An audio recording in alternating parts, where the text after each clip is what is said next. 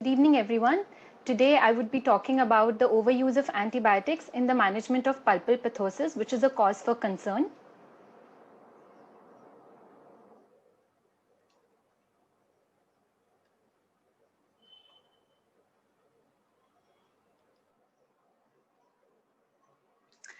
So, coming on to the introduction, antibiotics have always been an integral part of the modern medicine. However, day by day, they are becoming less and less effective. The overuse and misuse of antibiotics has led to promotion of selection of mutations in antibiotic resistance.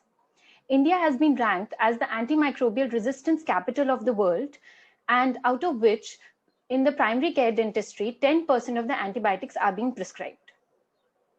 The primary care dentists are the independent prescribers without restriction or supervision, which has led to unnecessary and not optimally prescribed 30 to 50% of the antibiotics.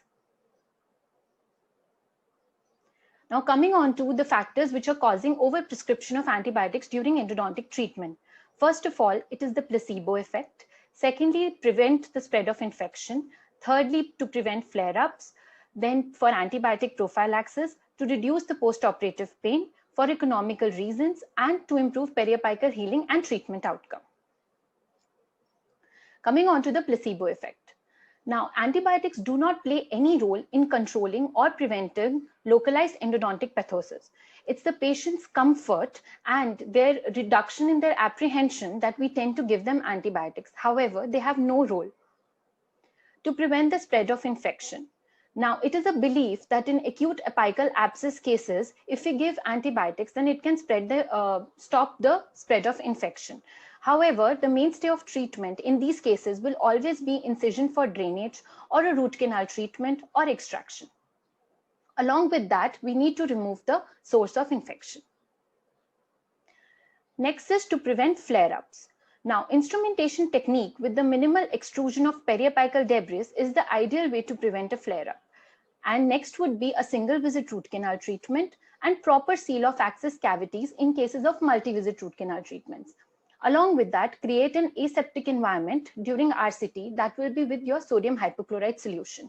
Antibiotics will not play a role in this.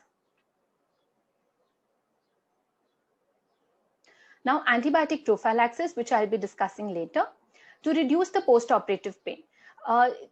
Mostly after root canal treatment, it is an inflammatory process. So 40% would be due to microbial irritation or mechanical or chemical factors. Whereas various randomized control trials have been conducted and they've shown that antibiotics are absolutely ineffective in reducing the post-operative pain.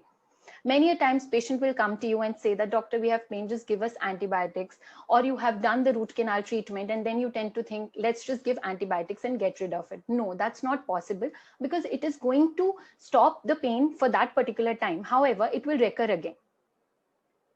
Economical reasons. Now, in this time, poor patients to ward off the infection, which will be very important here because they cannot afford. So they will come and they will say, we cannot have the treatment. So we tend to give them antibiotics and say, whenever it is possible, you can come. This is a major cause of antibiotic resistance today in our country. Other factors can include irregular dose regimens of antibiotics, broad spectrum antibiotics, patient-related factors, and charmer for newer antibiotics. Numerous patients, they presume that new and costly medications are more efficacious than older medications. And especially in the suboptimal primary healthcare sectors, what happens is that non-availability of dentists in the rural areas has actually led to general practitioners prescribing antibiotics, as a result of which this resistance is day by day increasing. Now, according to the European Society of Endodontology position statement, which has been given in 2018, the antibiotics which are indicated in endodontics are acute apical abscess cases in medically compromised patients, acute apical abscess cases with systemic involvement, then reimplantation of avulsed permanent teeth, and soft tissue trauma which require treatment, example, sutures or debridement. Now, this is another flowchart which is from the same article. In this, when we have cases with symptomatic irreversible pulpitis or hot tooth, then patient comes to us, antibiotics will not be effective. Pulpal necrosis, acute apical periodontitis, patient is having pain on biting, widening of periodontal space, no need of antibiotics. You have to eliminate the source of infection. chronic apical abscesses, and acute apical abscess with no systemic involvement. So in these cases, we do not need to give antibiotics. Now, where we need to give, as I've already mentioned, medically compromised patients with acute apical abscess or systemic involvement, where you have localized fluctuant swellings, elevated body temperature, malaise, lymphadenopathy, and trismus. Or progressive infections, where there will be rapid onset of severe infection, that is less than 24 hours, cellulitis or a spreading infection, and osteomyelitis, or persistent infection, that is chronic exudation, which is not resolved by regular intracanal procedures and medications. Now, according to Fouad et al., are antibiotics effective for endodontic pain? This is an evidence-based review where it was clearly given when to use antibiotics.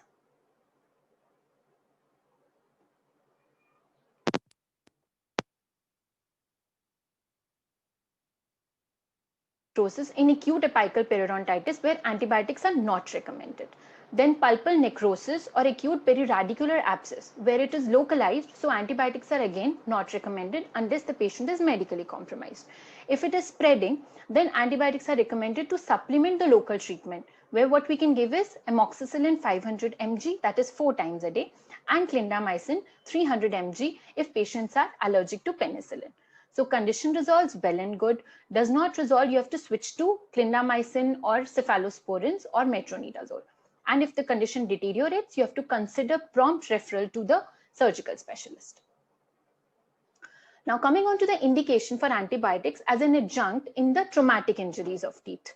So in these cases, if the patient reports with tooth fracture, concussion, subluxation, then luxation injuries of permanent dentition, extrusion, antibiotics have no role in removing the infection. However, for reimplantation of avulsed teeth, what has been seen is that if we give minocycline or doxycycline as a topical application, that is 1 milligram per 20 ml of saline for 5 minutes onto the root surface before reimplanting the tooth, it can promote root canal revascularization and periodontal healing and reduce the incidence of root resorption. Coming on to the contraindications that I've already mentioned before, that is symptomatic irreversible pulpitis again, pulpal necrosis, symptomatic apical periodontitis, chronic apical abscess, and acute apical abscess without any systemic involvement. Coming on to topical antibiotics in endodontics, there is no scientific evidence to support the use of topical antibiotics in pulp capping procedures or in the root canal disinfection. So again, according to the European Society of Endodontology, they have told that in revitalizing procedures, it advocates the use of calcium hydroxide instead of antibiotics to avoid discoloration. So in the absence of strong evidence, we do not need to use antibiotics. Coming on to the antibiotic prophylaxis for medically compromised patients. Now, this has again been given by the American Association of Endodontists. So the standard general prophylaxis, as we all know, would be amoxicillin 2 grams, which is given 1 hour before the procedure. So this is oral route. One thing we have to remember is for oral route, it will always be 1 hour before the procedure. And for IV or IM, it will be within 30 minutes of the procedure. So if you're unable to take oral medication, that is IV or IM, then it will be IV or IM, that is 2 grams, and that will be within 30 minutes. Now, next would be if the patient is allergic to penicillin. So we give clindamycin, that is 600 mg, and 1 hour before the procedure. Another option would be cefadroxil, that is 2 grams, and azithromycin, that is 500 milligrams. Along with that, if the patient is allergic and unable to take oral medication, then clindamycin 600 mg within 30 minutes, or cefazolin 1 gram within 30 minutes. Now, coming on to the type, dosages, and the duration. So generally in the indicated cases for endo, we have to give antibiotics. So suppose you're giving penicillin. In that case, the loading dose will be 1000 milligram and the maintenance dose will be 500 milligram. That is 4th to 6th hourly for 3 to 7 days. Now, amoxicillin will be 1000 milligram again, 500 mg is the maintenance dose. And commonly nowadays we use amoxiclav, that is Augmentin. That will again be loading dose of 1000 milligram and maintenance dose of 500 milligram. That will be 8th hourly, or 875 milligram. That will be 12th hourly. One thing we have to remember here is that according to general antibiotic stewardship, prescribe antibiotics when required only for 3 days and then review the patient. If required clinically, then only continue. Otherwise, if we make it a longer duration, then again, it will lead to antibiotic resistance. Coming on to the indications for the prophylaxis. So what kind of patient groups have to be given antibiotics? That will be patients with impaired immunological function, and indications will be non-surgical root canal treatment or a surgical root canal treatment. Then if the patient has risk of developing infective endocarditis, again, at that time, we have to give antibiotics. Patient whose jawbones are exposed to high dose radiation, and patients who are receiving the intravenous bisphosphonate treatment. Coming on to the prevention. So how to prevent this antibiotic resistance that is upcoming today? Due to the factors will be the conservative use of antibiotics, being responsible while prescribing antibiotics, educate our patients, educate our referring dentists. So the measures which are required for curbing antibiotics would be issuing the antibiotic prescribing guidelines. That would be MindMe, that was given by Australia, I think 3 years back. In that, they've given microbiology that guides the therapy wherever possible. Indications are evidence-based, narrowest spectrum required, dosage which is appropriate according to the site and type of infection, and minimize the duration of therapy and ensure monotherapy in most of the cases. And in India, the National Action Plan for prescribing antibiotics was introduced in April 2017, where it's a 5-year plan which outlines the priorities and the implementation strategies that include reduce use of broad spectrum, improve antibiotic selection and dosing that we mentioned before, and fewer errors, antibiotic cost, and reduce the antibiotic resistance. This is the major problem that we have today, addressing over-the-counter sale of antibiotics. So the rule of prescription-only medications should be composed according to the international guidelines and should be strictly reinforced. We cannot allow this. It has to be only prescription-based. Education programs, dental curriculum needs to include a clear protocol of the therapeutic treatment during endodontic management, and role of primary healthcare here in curbing the antimicrobial resistance. WHO approach, that is AWARE, access, watch, reserve, for tackling the antibiotic resistance should be properly implemented to primary care. I would like to conclude my presentation by saying that lack of knowledge on rational use of antibiotics among dental practitioners is one of the contributing factors to antibiotic resistance.